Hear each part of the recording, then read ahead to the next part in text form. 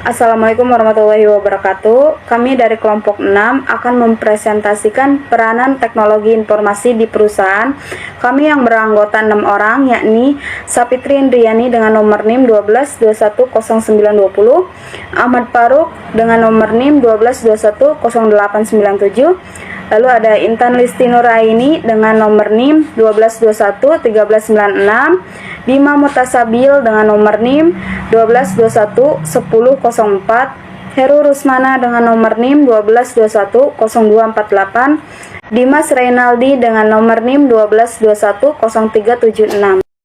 Perkenalkan, nama saya Sapitri Indriani. Di sini saya akan menjelaskan apa itu teknologi informasi dan komunikasi. Jadi, teknologi informasi atau dalam bahasa Inggrisnya adalah information technology atau yang sering disingkat IT adalah suatu teknologi yang digunakan untuk mengolah, memproses, mendapatkan, menyusun, menyimpan, dan memanipulasi data dalam berbagai cara untuk menghasilkan informasi yang relevan, akurat, dan tepat waktu. Teknologi informasi banyak digunakan untuk keperluan pribadi, bisnis, ataupun pemerintahan. Karena apa? Karena teknologi informasi ini merupakan cara yang strategis untuk mengambil keputusan. Nah, yang selanjutnya adalah komunikasi. Komunikasi ini sering banget kita lakukan setiap harinya, baik di rumah, sekolah, kantor, ataupun di jalanan. Dan komunikasi ini bisa kita lakukan melalui lisan, tulisan, ataupun gambar. Assalamualaikum warahmatullahi wabarakatuh. Perkenalkan, nama saya Ahmad Faruk dari kelompok 6, yang dimana pada presentasi kali ini saya akan membahas tentang penerapan teknologi informasi dan komunikasi bagi perusahaan. Apa itu penerapan teknologi informasi dan komunikasi? Yaitu dimana banyak digunakan para usahawan untuk mengefisiensi waktu dan biaya, karena setiap pelaku usaha merasa perlu menerapkan teknologi informasi dalam lingkungan kerjanya. Dan penerapan teknologi informasi dan komunikasi menyebabkan perubahan pada kebiasaan bekerja. Misalnya penerapan Enterprise Resource Planning atau ERP. Apa itu ERP? ERP adalah sistem perangkat lunak modular yang dirancang untuk mengintegrasikan area fungsional utama dari proses bisnis perusahaan ke dalam satu sistem yang terpadu.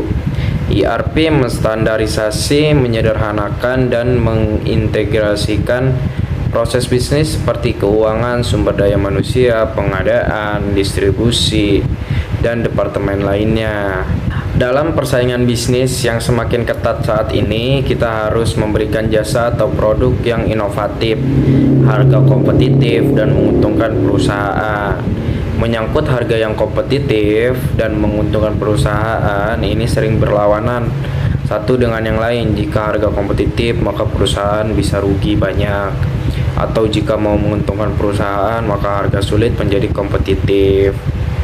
Untuk dapat melakukan keduanya, harga kompetitif dan menguntungkan perusahaan, kita harus memperoleh informasi yang akurat mengenai kinerja perusahaan. Secara praktis, pertanyaannya, dengan harga minimal berapa perusahaan mulai untung untuk setiap produk atau jasa yang diberikan?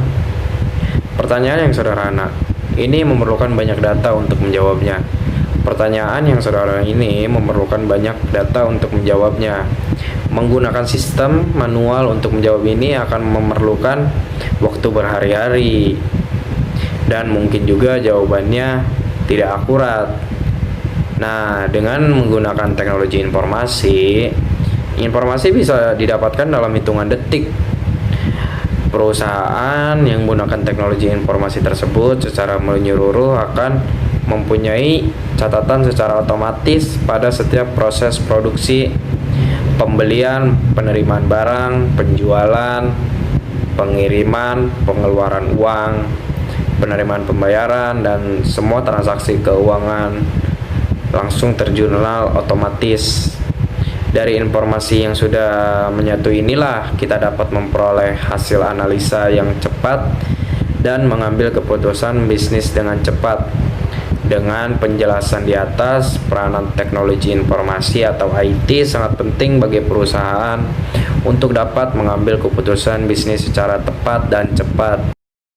Di sini saya akan menjelaskan tentang latar belakang penerapan teknologi informasi dan komunikasi bagi perusahaan, yaitu penerapan teknologi informasi dan komunikasi sangat diperlukan dalam dunia bisnis sebagai alat bantu dalam upaya memenangkan persaingan.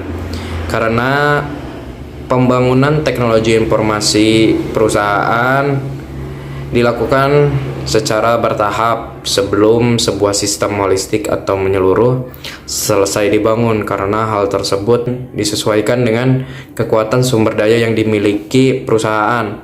Dalam penerapannya, rencana strategis teknologi informasi akan senantiasa diselaraskan dengan rencana perusahaan agar setiap penerapan teknologi informasi dapat memberikan nilai bagi perusahaan.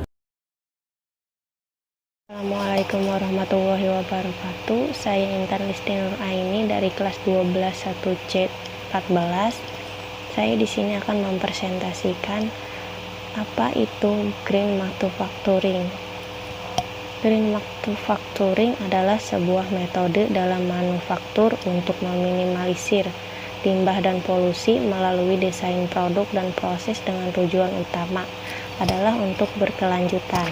Manufacturing merupakan salah satu elemen penting dari pembangunan berkelanjutan karena memproduksi barang-barang yang diperlukan untuk memenuhi kebutuhan masyarakat.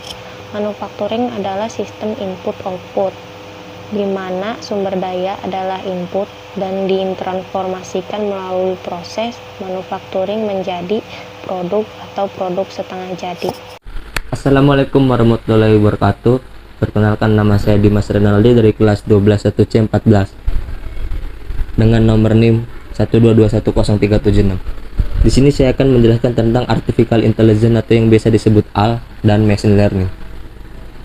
Artificial intelligence atau yang biasa disebut AI dan machine learning menjadi tren teknologi manufaktur yang dapat diterapkan oleh perusahaan dalam operasional perusahaan mereka. Terus, kombinasi dari kedua teknologi ini memiliki kemampuan untuk mengolah volume data, menghasilkan data yang lebih mudah dibaca, serta menawarkan solusi yang dapat meningkatkan daya tanggap produsen, meningkatkan efisien, dan bantu mengidentifikasikan bisnis baru. Internet of Things atau IoT merupakan tren teknologi yang terus berkembang pesat di semua sektor dunia usaha. Penerapan teknologi internet memang tidak dapat dihindari karena internet yang hampir menjangkau semua wilayah di dunia termasuk di Indonesia. Jika ada perusahaan yang tidak menggunakan teknologi internet, maka perusahaan tersebut akan tertinggal dan akan kehilangan sebagian besar konsumennya. Begitu juga dalam dunia usaha. IoT bisa menjadi tren teknologi manufaktur yang bisa membuat kinerja perusahaan meningkat, bukan hanya dari sisi produksi dan penjualan, tapi dari pengolahan keuangan seperti pembuatan laporan keuangan perusahaan.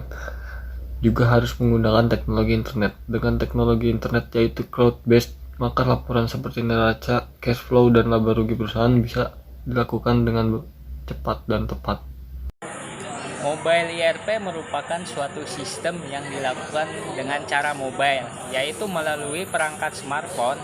Dengan adanya mobile ERP, pengambilan keputusan yang dilakukan oleh suatu perusahaan dapat dengan mudah dan cepat. Pengambilan keputusan dan pemantauan perusahaan secara mobile dan sangat memudahkan dan dapat dihasilkan keputusan secara langsung.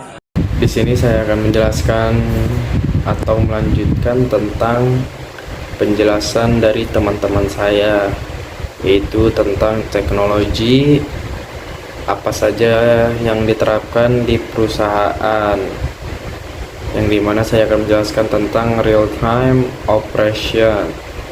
Apa itu RTOS atau real time operation system?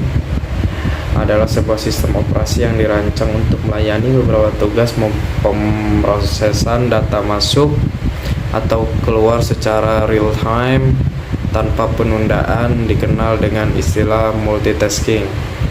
Umumnya sistem operasi ini dijalankan pada platform sistem benam embedded system. Pada dasarnya sebuah microprocessor core tidak mampu mengerjakan beberapa tugas secara bersama konsulen, karena memang sifat eksekusi perintah adalah berurutan, sequence. Kelemahan dari metode sekuensial tradisional adalah waktu tunda eksekusi suatu program karena menunggu eksekusi program lain yang belum selesai. Jika terdapat banyak program yang harus dilakukan oleh mikroprosesor, maka konsep sekuensial model ini sudah tidak bisa diandalkan. Nah, sekarang RTOS hadir dengan kernel real-time schedule yang akan menjadwal eksekusi beberapa pekerjaan secara bergiliran dengan kecepatan tinggi, sehingga terkesan adanya eksekusi suatu program secara simultan. Meskipun kenyataannya program tersebut mengalami jeda eksekusi berapa kali karena mikroprosesor mengeksekusi program lain. RTOS pada sebuah sistem benam tidak menjalankan pemrosesan secara paralel karena memang arsitektur sistem benam tidak mendukungnya. Namun dengan melakukan penjadwalan eksekusi dari beberapa pekerjaan, maka pekerjaan-pekerjaan tersebut dapat diselesaikan seolah-olah tanpa jeda. Kesimpulan yang bisa kita dapat dari penerapan teknologi informasi di perusahaan adalah penerapan teknologi informasi di perusahaan sangatlah penting bagi perusahaan, baik perusahaan kecil, menengah, ataupun besar. Karena apa? Karena penerapan teknologi informasi ini dapat mendukung produktivitas di perusahaan tersebut. Selain menghasilkan manfaat, ternyata teknologi informasi ini dapat menimbulkan dampak negatif bagi perusahaan.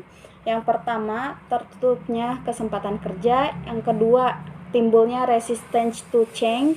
Yang ketiga, kejahatan informasi dalam dunia kerja yang merugikan perusahaan.